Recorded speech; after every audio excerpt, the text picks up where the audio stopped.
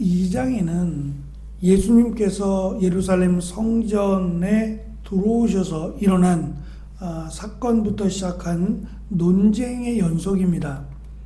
그리고 우리가 읽은 오늘 1절 말씀, 예수님께서 성전을 떠나실 때라는 말로 성전과 관련된 내용이 마무리되는 듯 보입니다.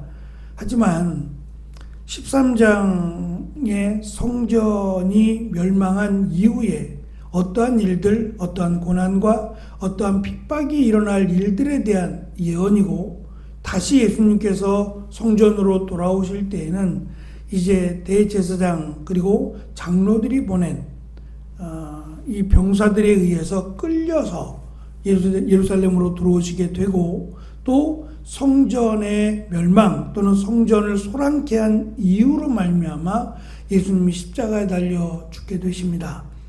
그러므로 결국 예수님이 십자가에 달리심은 단순히 이스라엘 백성들을 선동했다라고 하는 이유 때문만이 아니라 결정적으로는 이 성전의 멸망 또는 성전을 소란케 했다라는 그 이유 때문에 예수님이 십자가에 달려 죽게 되십니다.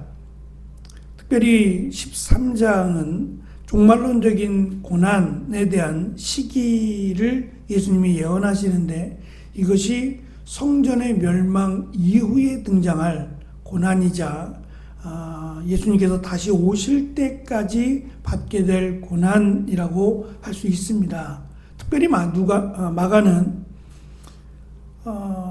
그 때와 시기는 오직 아버지만 아신다라고 말씀하시지만, 마가는 의도적으로 예수님의 재림에 대한 말씀을 이 성전의 멸망 바로 뒤에다가 놓습니다. 그래서 성전의 멸망 이후에 일어날 사건의 성취는 예수님께서 다시 오실 때 끝난다라고 하는 것을 암시적으로 밝혀요. 그래서 그때와 시기는 모르지만 그때와 시기는 예수님께서 재림하실 때, 그때 비로소 성취될 것이고, 예수님께서 모른다라고 하신 것은 사실 어떠한 면에서, 모든 면에서가 아니라 어떠한 면에서 하나님의 권한, 그때와 시기는 하나님의 권한이라고 하는 것을 강조하기 위함으로 보입니다.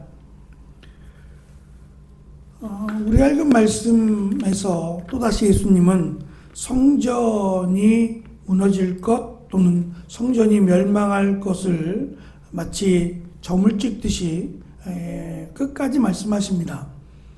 예수님의 말씀은 변하지 않는다라고 하는 점에서 더 이상 성전의 멸망 또는 성전의 무너짐에 대한 하나님의 뜻은 확고하다라고 하는 것을 알 수 있습니다. 그럼에도 불구하고 제자들은 성전을 떠나실 때, 제자들과 함께 떠나면서 제자들은 이 성전의 웅장함과 또 그 돌이라고 하는 이스라엘은 건축할 때, 특별히 성전을 건축할 때 이음새 같은 것으로 우리가 지금 사용하는 못이나 이런 것들을 쓰지 않았습니다.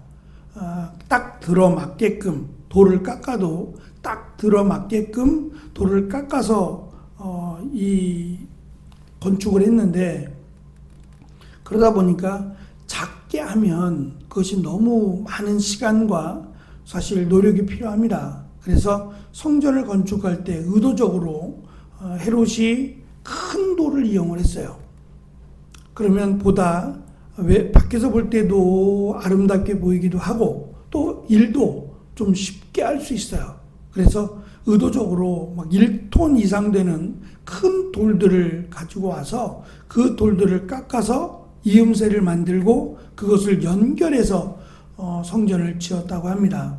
그러므로 그것을 보는 이들은 이 크기와 또는 이 작은 이음새가 없이 그냥 쭉 하나로 만든 것 같은 그 놀라운 공법에 감탄을 했다고 해요. 그러니까 제자들이 지금 성전을 떠나면서 예수님께 하시는 말씀은 이 성전이 무너질 것에 대한 내용이 아니라 이렇게 웅장하고 이 돌의 아름다움을 오히려 감탄하고 자랑하듯이, 그래서 하나님이 이 성전에 임하시는 것이 당연하다는 듯이 예수님께서 말씀하신 성전의 무너짐, 왜 무너져야 되는지를 말씀하셨음에도 불구하고 거기에 전혀 마음이 없어요. 이 모습이 예수님은 너무도 안타까우셨겠다라는 생각을 갖게 됩니다. 예수님은 처음부터 성전을 소란케 또는 성전을 정결케 하시고 성전의 무너짐을 말씀하셨을 때부터 끝까지 성전의 멸망을 말씀하고 계십니다. 성전에 대한 예수님의 이러한 일관된 태도는 부정적이셨어요. 그리고 이 태도로 말미암아 산헤드린 공회에서 예수님을 죽여야 한다라고 하는 증거 또는 근거가 됩니다. 학개 선지자는 바벨론 포로에서 돌아온 이스라엘 백성들이 성전을 건축하게 되고 그 건축하는 과정에서 이런 말을 했습니다. 돌 위에 돌 하나 놓이지 아니하였던 때를 기억하라. 그러므로 이미 무너져 버린 성전, 그 때가 왜 무너졌는지를 기억하라고 학개 선지자는 설명을 했습니다. 또다시 무너질 수 있다라는 거죠. 무너졌던 때, 그때가 과거고 왜 무너졌는지 하나님을 섬기기보다는 우상을 섬기고 하나님께 기도해야 될 성전이 역시 강도의 소굴이 되어버렸기 때문에 무너졌다면 또 무너질 수 있다라고 하는 그런 예언을 했습니다. 예수님께서는 이런 학개 선지자의 예언을 인용해서 화려한 성전이 건축되었음에도 불구하고 열매를 맺지 못하는, 그리고 강도의 소굴이 되어버린 이 성전은 또다시 무너져야 된다.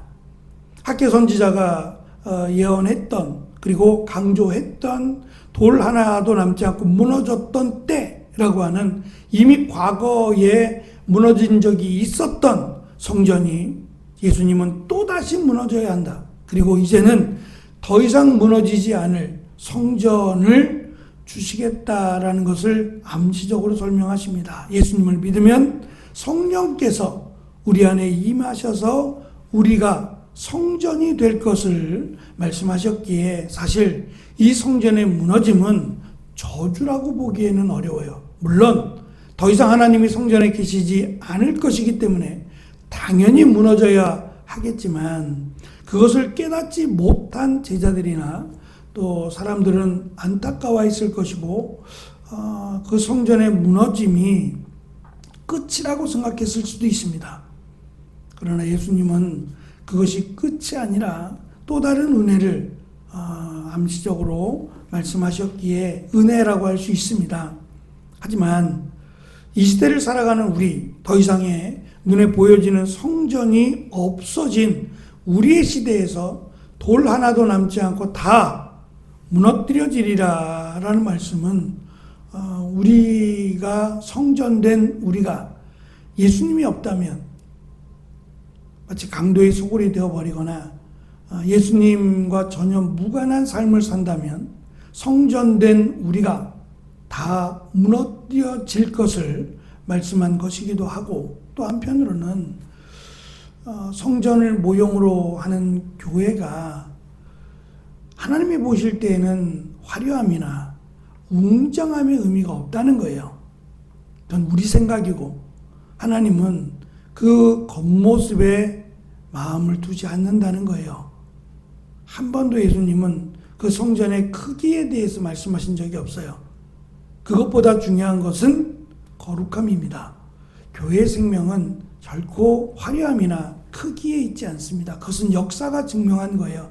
그래서 청교도인들이 가장 먼저 교회를 건축하면서, 교회를 세우면서 그들이 세운 기준이 있어요. 그것은 적어도 70명 이상, 100명 이상의 교회를 건축하지 말자는 거예요. 어찌 보면 청교도 숫자가 많지 않기 때문에 그 정도 성전이면, 그 정도 교회면 충분했어요. 그러나 인구수가 많아졌잖아요. 인구수가 많아졌으면 그에 합당한 교회를 다시 건축해야 돼요. 근데 그들은 교회를 크게 하기보다는 나누었어요. 여기 저기 해서 교회를 나누었고, 그 교회가 거룩하고 그 교회가 정말 하나님께 영광을 돌리기 위해서라고 하는 목표를 세웠어요. 그래서 지금의 미국이 되었는지도 모릅니다. 사실 우리는 처음부터 너무 힘들게 고난 가운데 목숨을 걸고 교회를 세우다 보니 더 이상 교회가 이렇게 핍박을 받거나 더 이상 교회가 힘을 잃어버린 교회가 되지 않기를 원했는지도 몰라요. 그래서 어떻게 하면 교회를 크게 짓고 어떻게 하면 서러움에서, 마치 집 없는 서러움처럼 교회 없는 서러움에서 벗어날까를 기도했는지도 모릅니다. 그러나 벌써 100년이 넘어가는 이 시점에서 볼 때 과연 하나님께서 원하시는 교회가 무엇일까라고 하는 답을 내놓을 때가 되었다 생각합니다. 최근에 우리가 잘 아는 이찬수 목사님이 이제 은퇴를 얼마 앞두고 본인이 사임을 하고 그리고 교회를 쪼개겠다라고 선언을 했어요. 근데 저는 이 참 귀한 선언을 왜 이제 할까라는 생각을 했어요. 왜 이제서야 할까?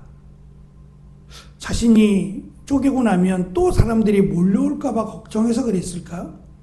왜 그것을 자신이 은퇴하는 시점에서 할까? 그 전에 했더라면 훨씬 더 한국교회에 귀감이 됐을 텐데 라고 하는 어쨌든 아쉬움을 갖고 있습니다. 중요한 것은 크기가 아닙니다. 적어도 정말 성도들을 알고 그 성도들과 함께 믿음의 교제를 나눌 수 있어야 할 뿐만 아니라 목사가 성도들을 알아야 합니다. 예수님께서 양들의 이름을 불러주고 그 양들은 목자의 음성을 알고 목자는 양들을 안다라고 하신 것처럼 한계가 있어요. 어떻게 1000명을 다 알 수 있겠어요? 그 이상을 목사가 어떻게 알 수 있겠어요? 더 이상 기업이 되기보다는 정말 교회로서의 정체성을 잃지 않기 위한 거룩한 몸부림이 필요한 때가 아닌가라고 하는 생각을 가져봅니다. 돌 위에 돌 하나도 남지 않고 다 무너뜨려지리라는 말씀이 이루어졌어요. 그렇다면 성전이 되지 못한 교회는 더 이상 교회가 아니다라고 하는 사실을 기억함으로 교회다운 교회, 하나님이 원하시는 교회를 세워가는 우리가 되기를 축원합니다. 기도하겠습니다.